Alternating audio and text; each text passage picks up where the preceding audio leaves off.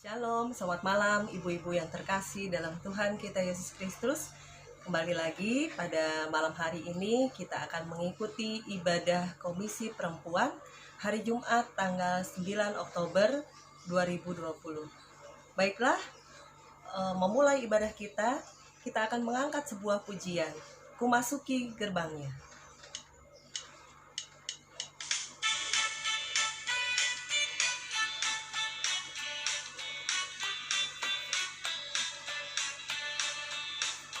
Ku masuki gerbangnya dengan hati bersyukur, halamannya dengan pujian. Kataku hari ini harinya Tuhan, ku bersuka sebab Dia girangkanku, Dia girangkanku, Dia girangkanku, oh Dia girangkanku. Ku bersuka sebab Dia girangkanku, oh oh. Dia girangkanku, oh Dia girangkanku. Ku bersuka sebab Dia girangkanku. Sekali lagi.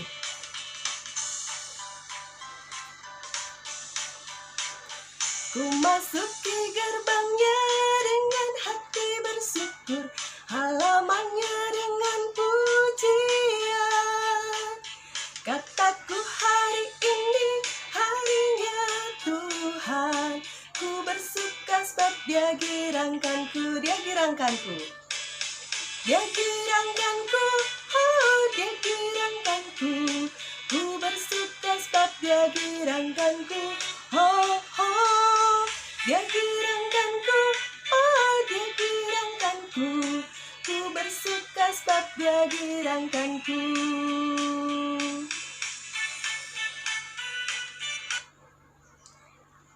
Kita akan memulai ibadah kita memasuki doa pembukaan. Mari kita berdoa.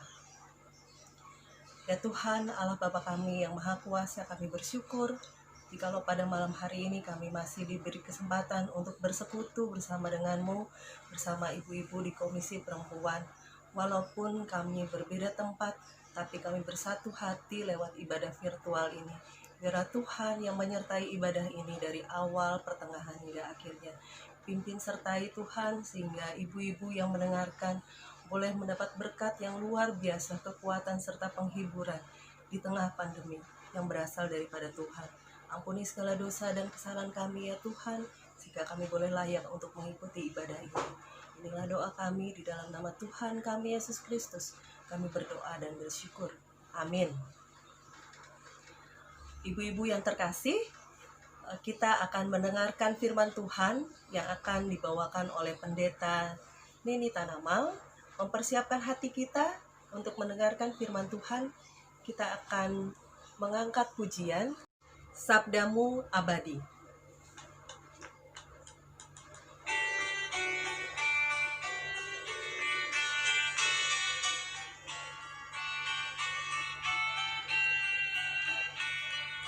Sabdamu abadi, suluh langkah kami yang mengikutinya, hidup sukacita.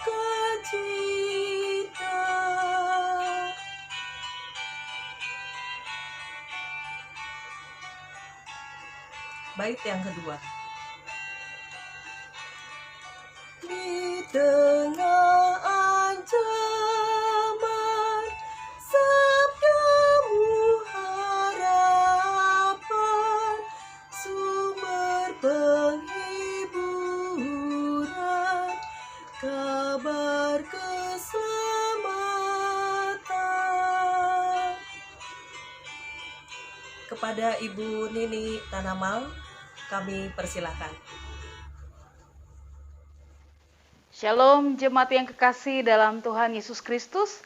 Malam hari ini mari kita siapkan hati, pikiran kita untuk kita boleh masuk dalam ibadah Komisi Perempuan pada malam hari ini.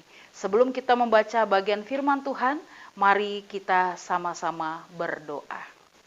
Bapa yang mengasihi kami berterima kasih untuk malam hari ini.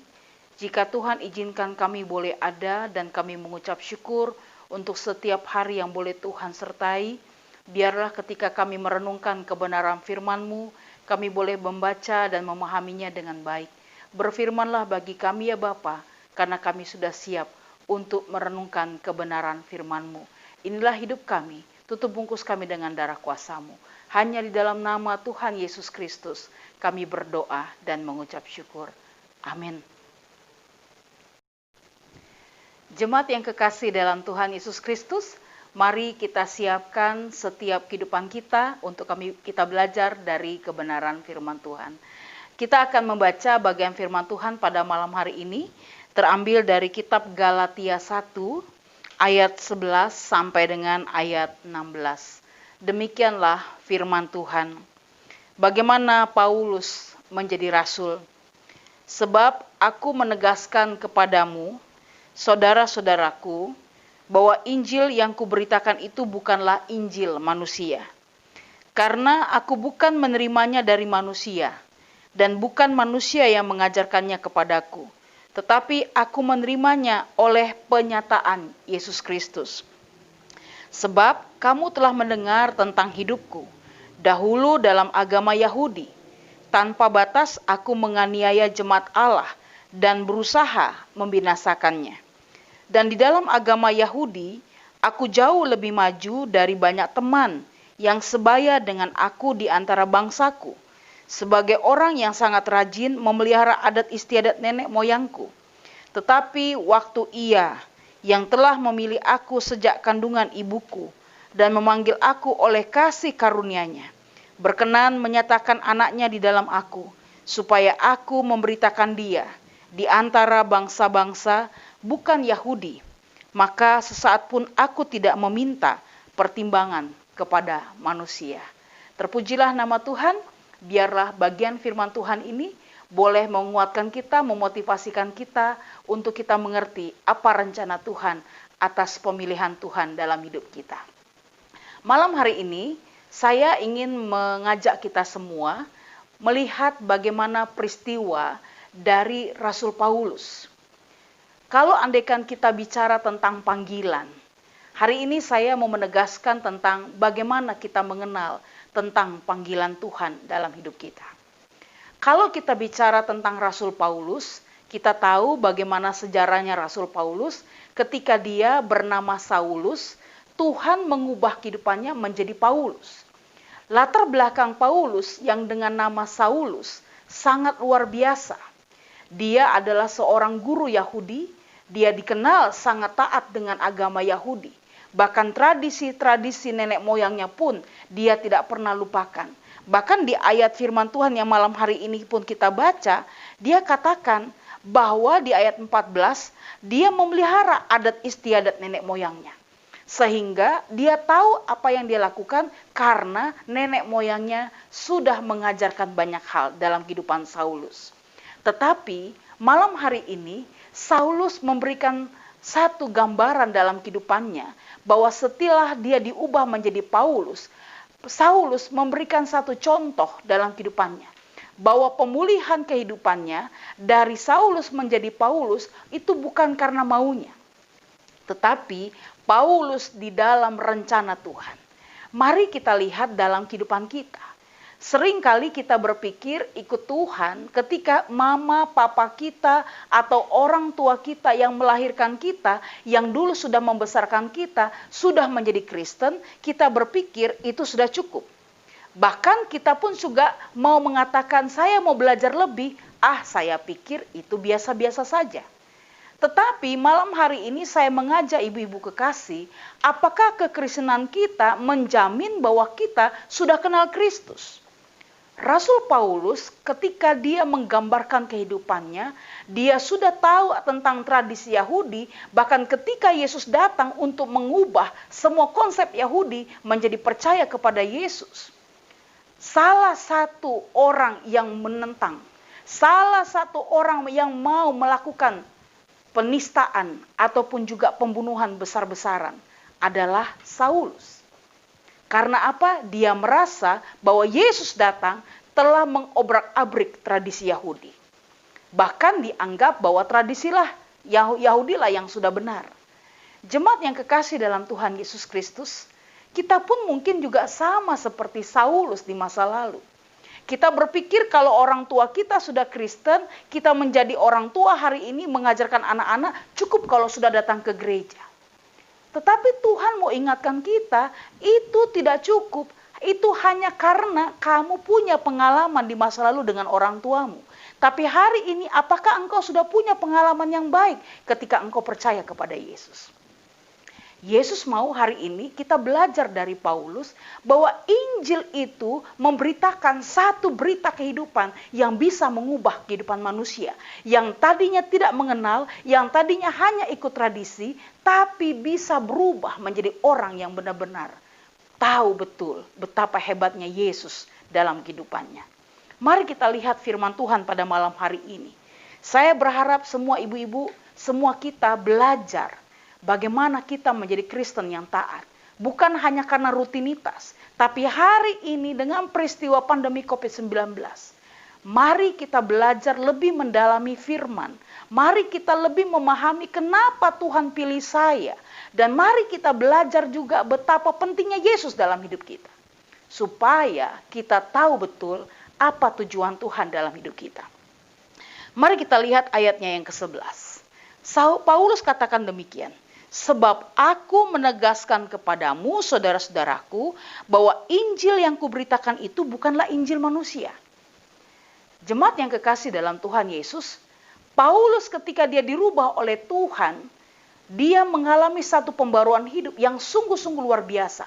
Bukan hanya sekedar hidupnya saja berubah, tapi cara pandang, pola pikirnya pun berubah untuk bisa mengenal apa tujuan Yesus. Saya teringat ketika saya menyampaikan firman Tuhan hari Minggu yang lalu.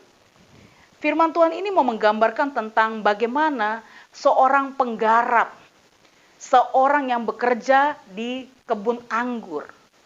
Jemaat yang kekasih dalam Tuhan Yesus, kalau kita memahami teks itu, semua kita bisa jadi penggarap, semua kita menjadi orang yang mengelola kebun anggur itu. Tapi pertanyaannya, apakah tujuan hidup kita tahu jelas apa yang akan kita capai?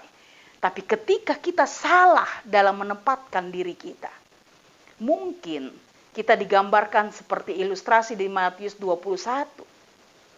Bahwa kita sebagai penggarap-penggarap yang bisa menusuk orang dari belakang. Bahkan menjatuhkan orang dari belakang.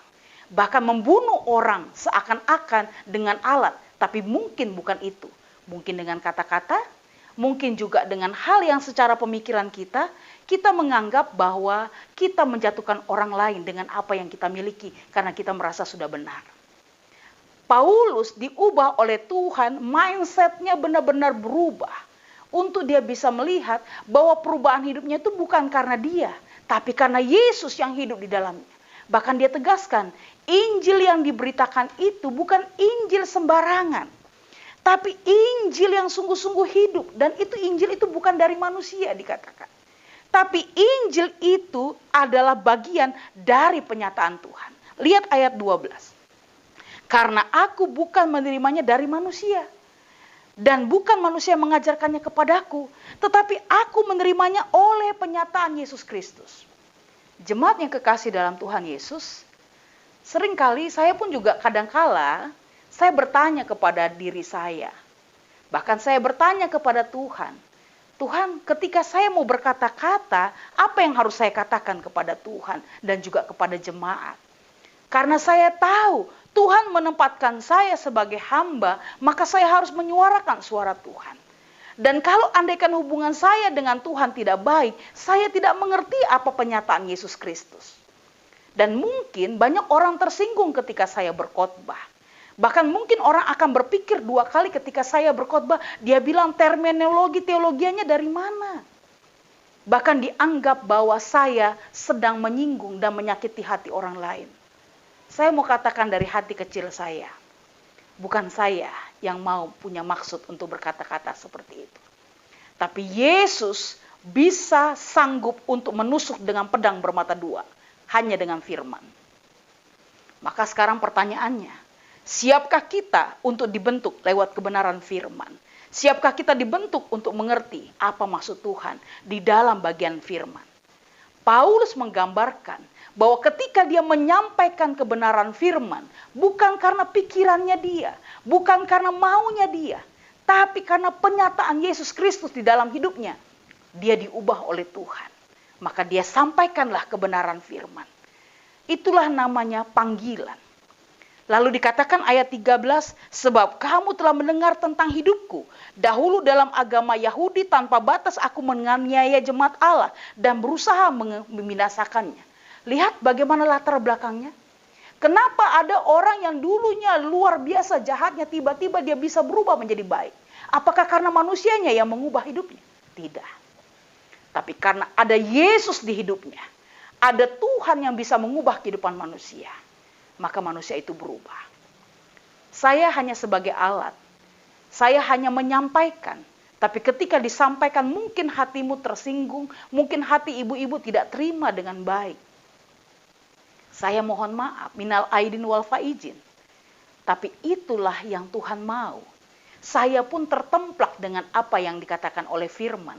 Supaya apa yang saya katakan pun juga saya dapat lakukan dalam kehidupan saya. Maka firman Tuhan ini mau menegaskan kepada kita ayat 14. Dan di dalam agama Yahudi aku jauh lebih maju. Paulus mengatakan bahwa siapa sih yang lebih hebat? Tidak ada. Bahkan pemikiran, cara pandang dan juga cara dia belajar untuk mengerti tentang tradisi Yahudi. Tidak ada orang yang seperti dia. Lebih maju dan lebih mengakui segala sesuatu. Bahkan di sana katakan dari banyak teman sebaya pun aku di antara bangsaku sebagai orang yang sangat rajin memelihara adat istiadat. Jemaat yang kekasih dalam Tuhan Yesus Kristus, malam hari ini saya mau mengajak kepada jemaat semua ibu-ibu. Jangan terkecoh lihat orang kelihatannya sudah rohani, tapi dalamnya belum tentu dia rohani. Karena luar belum menjamin siapa orang itu sesungguhnya di dalam Tuhan. Kelihatan di luarnya sangat luar biasa, tapi apakah dia tahu bagaimana kedalaman hatinya? Tuhan berbicara dalam setiap kehidupan kita. Maka Tuhan pun mau mengubah kehidupan kita. Bukan hanya kelihatan luarnya saja. Tapi dalamnya pun juga kita harus mengalami perubahan dari Tuhan. Maka Paulus mengingatkan kepada kita. Bahwa kita bisa saja secara rutinitas kita melakukan kegiatan keagamaan. Tapi pertanyaannya, apakah kita sudah sungguh-sungguh hidupkan Yesus dalam hidup kita? Jangan kita ini rajin ke gereja, rajin melayani. Lalu kita jadi pengurus. Tapi kita seringkali tidak mengenal apa yang Tuhan mau buat dalam hidup kita. Bahkan kita menjadi batu sandungan bagi orang lain. Paulus mengingatkan kita malam hari ini. Supaya kita melakukan kegiatan rohani bukan karena itu rutinitas. Tapi kita bisa memahami karena ayat 15 dan ayat 16. Tetapi waktu Yesus bekerja. Yang telah memilih aku sejak kandungan ibuku dan memanggil aku oleh kasih karunia. Perhatikan kalimat ini. Kita boleh ada sampai detik ini, itu hanya karena kasih karunia. Kalau kita disuruh untuk mengelola, kita disuruh untuk menjadi penggarap, untuk melakukan firman. Jangan mementingkan diri kita dulu. Baru kita singkirkan orang lain. Tapi pentingkan Tuhan yang utama dalam hidup kita. Maka apapun yang kita lakukan, saya percaya kita akan jadi saluran berkat bagi banyak orang. Bahkan di ayat 16 katakan, berkenan menyatakan anaknya di dalam aku. Berarti dia menghidupkan Yesus sungguh-sungguh dalam hidupnya. Paulus tahu betul apa yang dia ingin alami di dalam Yesus. Dan dia katakan supaya aku memberitakan dia di antara bangsa-bangsa bukan Yahudi. Maka sesaat pun aku tidak meminta pertimbangan kepada manusia. Dia mau mengatakan bahwa inspirasi, ide, gagasan, dan ilham. Ketika dia mau menyampaikan kebenaran firman Tuhan, dia bukan minta pertimbangan dari manusia. Tapi dia minta pertimbangan dari Tuhan yang empunya hidupnya, yang memilih dia dengan kasih karunia. Maka malam hari ini, ibu-ibu yang kekasih dalam Tuhan Yesus, di saat engkau tidak berdaya, di saat engkau lemah, di saat engkau banyak sekali masalah dan beban, bahkan pekerjaanmu menumpuk dan tidak tahu apa yang harus kau buat. Hidupmu adalah bagian kesempatan yang Tuhan berikan dalam kehidupan kita. Maka gunakanlah hari-hari hidup ini dengan hal yang baik. Tapi bukan hanya sekedar menjalani saja sebagai rutinitas. Tapi ada muatan rohani yang selalu kita lakukan dalam kehidupan kita. Supaya kita tahu betul bahwa kita ini hidup hanya karena kasih karunia. Maka saya pun juga mengatakan ini untuk saya belajar. Bahwa saya berkata-kata bukan karena maunya saya. Tapi saya belajar untuk tunduk dengan apa maunya Tuhan. Dan ketika saya menyampaikan mungkin banyak orang tidak menerima. Karena dianggap saya sudah melakukan hal-hal yang tidak menyenangkan. Firman Tuhan, saya ingatkan sekali lagi, bagaikan pedang bermata dua. Ketika dia dinyatakan, ketika dia akan berfirman, kalau pikiran kita berpikir negatif, maka apa yang kita dengar pun akan hasilnya negatif. Coba kalau andaikan kita berpikir untuk telaah dalam hidup kita, dan kita bisa melihat kebenaran firman dengan telaahnya Tuhan. Saya percaya meskipun itu menyakitkan, tapi itu menjadi pembelajaran bagi kita untuk dibentuk dalam Tuhan. Maka saya percaya Tuhan akan menolong kita. Oleh sebab itu, ibu-ibu yang kekasih, jangan jemu-jemu untuk selalu lakukan yang terbaik bagi Tuhan. Jangan kita katakan bahwa Tuhan itu jauh, Tuhan itu tidak dengar saya, Tuhan itu seakan-akan tidak peduli dengan saya. Tuhan tahu yang terbaik. Tapi Tuhan minta jangan kompromi dengan hal dunia. Tapi lakukan semuanya dengan hidup takut akan Tuhan. Maka hidupku, hidupmu, dan hidup kita semua akan diberkati oleh Tuhan. Dan biarlah kebenaran firman Tuhan ini untuk mengerti panggilan. Kita harus memahami benar bahwa Tuhan Yesus memanggil kita sesuai dengan kasih karunia-Nya dan punya tujuan. Jadi kalau kita melayani sebagai pengurus, bukan karena ada sesuatu hal, bukan karena kita cari nama, bukan karena kita ingin mengisi waktu luang kita melayani, bukan. Kalau itu motivasi kita, tidak akan pernah bisa bertahan lama. Tapi kalau motivasi kita melayani hanya karena Tuhan, saya percaya kekuatan dari Tuhanlah yang akan memelihara kehidupan kita. Maka malam hari ini, mari kita serahkan hidup kita kepada Tuhan. Kenalah panggilan Tuhan atas hidupmu, supaya Tuhan berkarya atas segala sesuatu dalam hidup kita. Mari kita berdoa. Bapa yang Maha Kasih, kami berterima kasih untuk malam hari ini. Jika kami boleh merenungkan kebenaran firman Tuhan, kami mau belajar kebenaran firman Tuhan, mengerti panggilan Tuhan dalam hidup kami.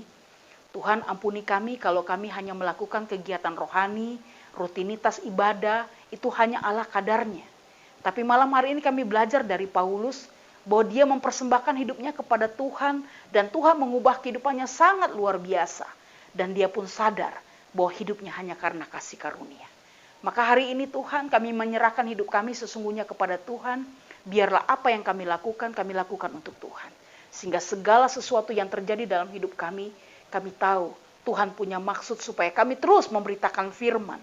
Karena Engkaulah yang empunya hidup kami. Tuhan berkati untuk semua ibu-ibu yang hari ini sedang sakit. Kami berdoa untuk Ibu Mayos. Tuhan berikan kekuatan bagi Ibu Mayos. Biarlah Ibu Mayos tetap kuat di dalam Tuhan. Meskipun dia dalam kondisi lemah, tapi hamba percaya belas kasihan Tuhan selalu ada bagi hambamu. Tutup bungkus hambamu dengan darah kuasa Roh Kudus Tuhan. Jauhkan dari kuasa-kuasa kegelapan, bahkan niat-niat orang jahat.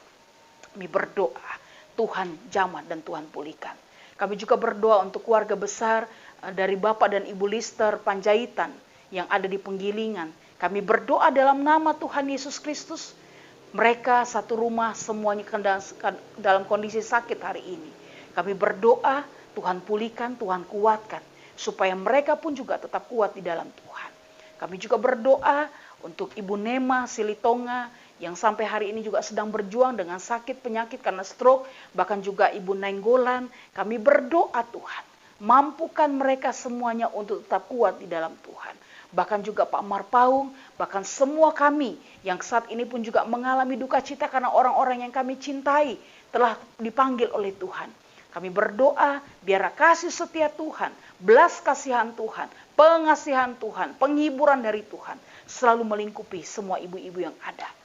Kami percaya Bapa, hari ini kami kuat bersama dengan Tuhan dan kami yakin Tuhan tidak pernah tinggalkan kami. Inilah doa syukur kami, inilah permohonan kami Tuhan. Dan biarlah hidup kami persembahkan kepada Tuhan. Hanya di dalam nama Tuhan Yesus Kristus kami berdoa dan mengucap syukur. Amin. Terima kasih ibu-ibu yang kekasih. Kiranya malam hari ini kita semua diberkati oleh Tuhan. Terima kasih untuk firman Tuhan yang telah disampaikan oleh Ibu Pendeta Nini Tanamal. Biarlah firman itu boleh bertumbuh di dalam hati kita dan boleh kita aplikasikan dalam kehidupan kita sehari-hari. Ibu-ibu, banyak sekali berkat yang Tuhan sudah sediakan bagi kita sepanjang hari, sepanjang minggu, sepanjang bulan, dan sepanjang tahun. Karena itu kami mengundang ibu-ibu untuk mengembalikan berkat yang Tuhan sudah sediakan dalam bentuk persembahan, dan ibu-ibu bisa menyalurkannya melalui nomor rekening Gereja Kristen Okomene, ada tertulis di bawah ini, atau melalui aplikasi OVO dan GoPay bisa ibu-ibu transferkan, dan juga bisa diserahkan langsung melalui gereja setiap hari Senin sampai hari Minggu di gereja bersama dengan Ibu Rina.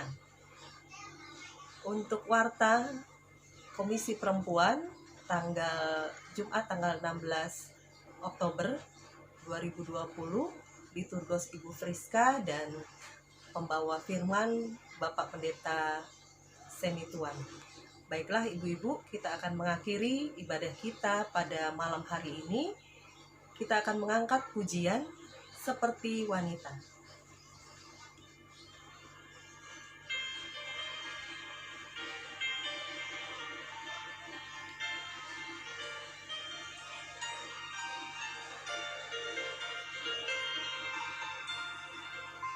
Seperti wanita mengurapimu, menangis di bawah kakimu. Demikian hidupku mau mengasihimu. Yesus, Engkau baik bagiku. Seperti wanita mengurapimu, menangis di bawah kakimu. Demikian hidupku mau mengasihimu. Yesus, Engkau baik bagiku. Sampai akhir ku menutup mata, ku tetap setia menanti janjimu. Sampai ku dapatkan mahkota kehidupanku, ku tetap setia melayanimu.